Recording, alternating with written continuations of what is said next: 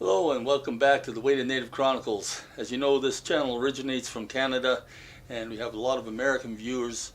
So there's been a lot of interest lately in what's going on up here in Canada with all this polite folks protesting and making blockades and stuff like that.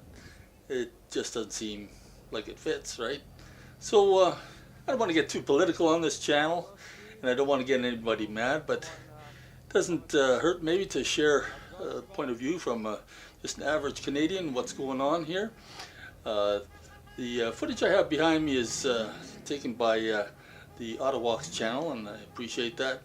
I'm here in Edmonton. We've had the truckers come through here in their convoys as well. They're honking, and there's just big participation in this movement. And like has been the case for a long time now, you really can't trust the media to give you the straight dope on what's going on.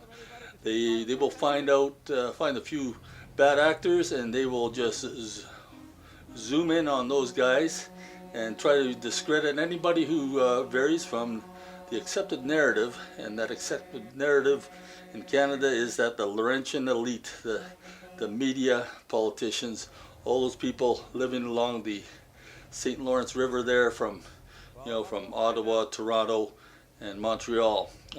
Meanwhile, this is a very big country, and I think what we're starting to see here is it's not too extreme to call it an uprising. It's an uprising of the regular working man, the regular average Canadian against the elites. And those elites are the media, so you can't really trust the media to report in an unbiased fashion on this. Fortunately, however, nowadays we have YouTube, and we can get the word out just as individuals. And honestly, I think most people prefer it that way, hearing that from the average person. So we at least can offer a factual basis for what we say. Maybe not as deeply researched with not having the same resources, but when you can't trust the mainstream media, what else do you have? We talk to regular people and we know what people think. Now, when it comes to what average Canadians think, really there is a huge, a very large acceptance of the worthwhile aspect of vaccinations. But I think what's really turned this thing around on a dime is the decreasing effectiveness of vaccinations. So there was always a lot of people that were just against vaccinations totally anyways, but when the Omicron came around, then they started seeing the reduced effectiveness of the vaccines to the point where really it's not protecting people at all, and according to a lot of people's opinion. Dr. Fauci in the States is basically I think he's throwing up his hands and saying, everybody's going to get it anyway. So really the argument used to stand on the fact that if you have a vaccination, you're protecting your neighbor, and that's really a strong case for keeping for having some sort of mandates, because we're all in this together, and Canadians are really big on that. All being in it together. If we all pull in the same direction, we get a lot more done than one by one. So we've generally never had a problem with that, because the vaccinations were preventing innocent people from getting the virus. In other words, we may have freedom to accept whether we take a vaccination or not, but we don't have the right to make that decision for someone else who will get it from us. But then things changed with the new strain on the virus, where it began to appear, and I'm not making any scientific claim one way or another, but it does appear from my reading and study that it's the vaccine's effectiveness is pretty well nil in preventing it, but the vaccine still remains very effective in terms of severe outcomes, going to the hospital or dying as a result of having the vaccine. That's why me and my wife, we're both vaccinated. I'm 66, she's 70, so we're in that category of people where we really do have to take this very seriously, and we don't want to catch it, and if we do, we want it to be not that severe case that puts us in the hospital or perhaps kills us. So, but the Omicron comes along. The vaccine appears not to be able to slow its spread. It's extremely contagious. That's why Fauci says, basically everybody's going to get it. And even masks, saying they're doing no good against this virus. That's just how contagious it is. It's not that vaccines are no good and all that stuff, and it's just that facts have changed. The strain of the virus has changed, and it's hugely contagious. So then we are left then with just that one leg of the stool of the argument for having vaccine mandates has been taken away. The argument that you're protecting others, because now taking it is not protecting other people. The remaining leg in that argument is protecting yourself, and that's really a personal choice. So what we have in Ottawa is truckers who are vaccinated and unvaccinated going to the streets, blocking the streets and making a big stink about this, because there are a lot of them that are against vaccinations, but even the ones who are pro-vaccination are protesting, because the more general case to be made in this is that we're getting our freedoms eroded. And Canadians, although we are polite people and like to all pull in the same direction, there is one thing that we really stand together on, and that is freedom. And I think a lot of us are opposed to this creeping authoritarianism that we see. De Tocqueville once said democracy's one of the dangers for democracy is the tyranny of the majority. Not everything is determined by who has the majority in the votes. We also have to protect the fact that there will be minorities, people that are not going to be in power, and we can't just ride over them roughshod. We have to protect their rights, not just throw them out and tyrannize over them, in effect. So we do have a small percentage of the population that is anti-vaccine, but that doesn't explain the entirety of the movement, because we also have a lot of people that are concerned about how the government is dictating how we raise our children, what we can and cannot do. And there's all these people that are, you are making me feel unsafe and all that kind of whiny BS. So we have to change everything the way we do, Well, what about us? We feel unsafe too, Let's all grow up and toughen up a little bit. But, the leftist extremists are really getting the upper hand.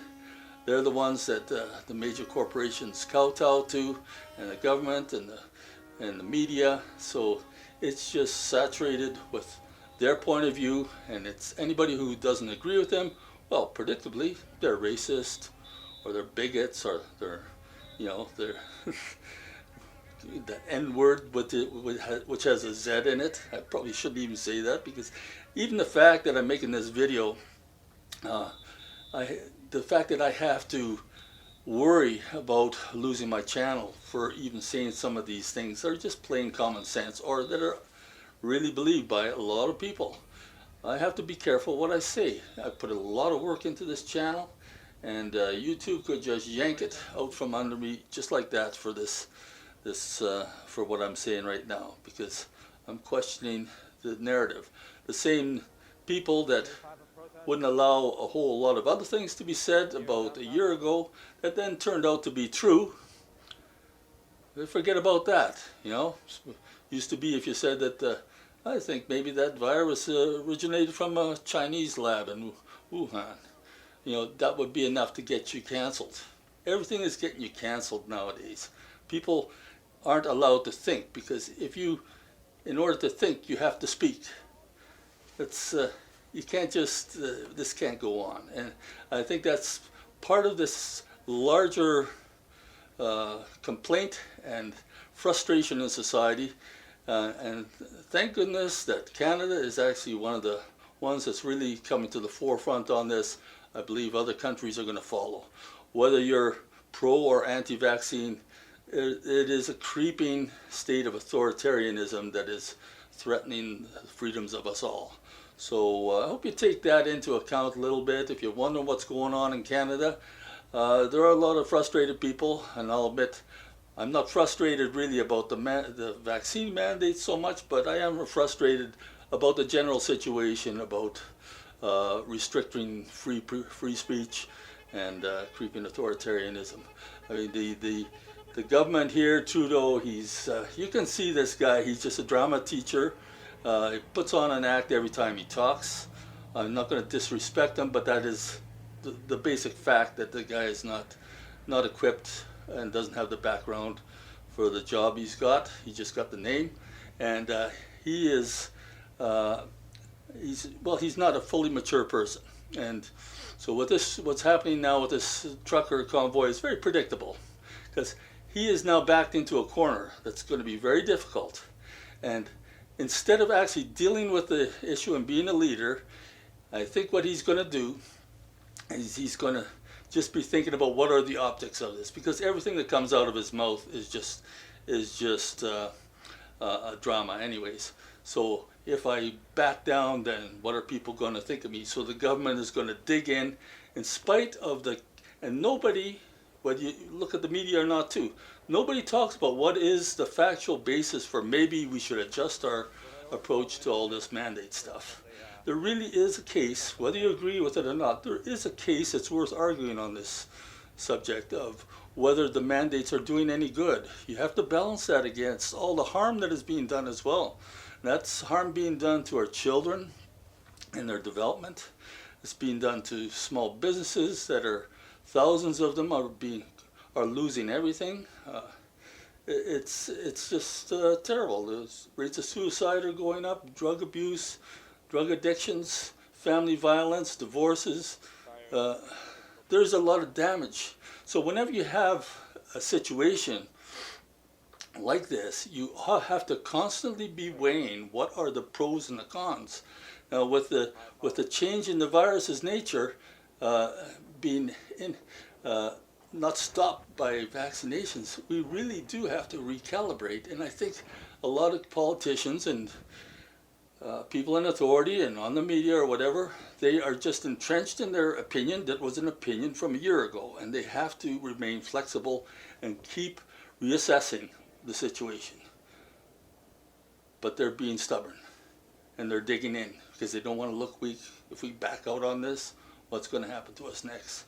So I hope people come to their senses, come to the table and start doing a little bit of discussion and talking. And just like that truckers convoy says, we have our scientific people too. We want to have them sit at the table with yours, and let's really hash this out, see if we're doing any good with all this mandate stuff. So well, I'm getting kind of wound up here about this thing, but I hope you appreciate just hearing another point of view here from Canada. And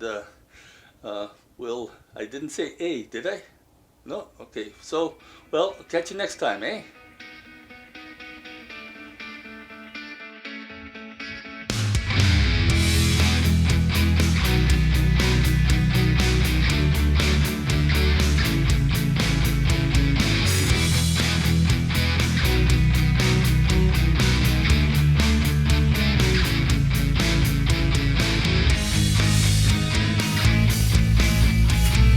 Det den är lagen. Kanske. Det är lagen.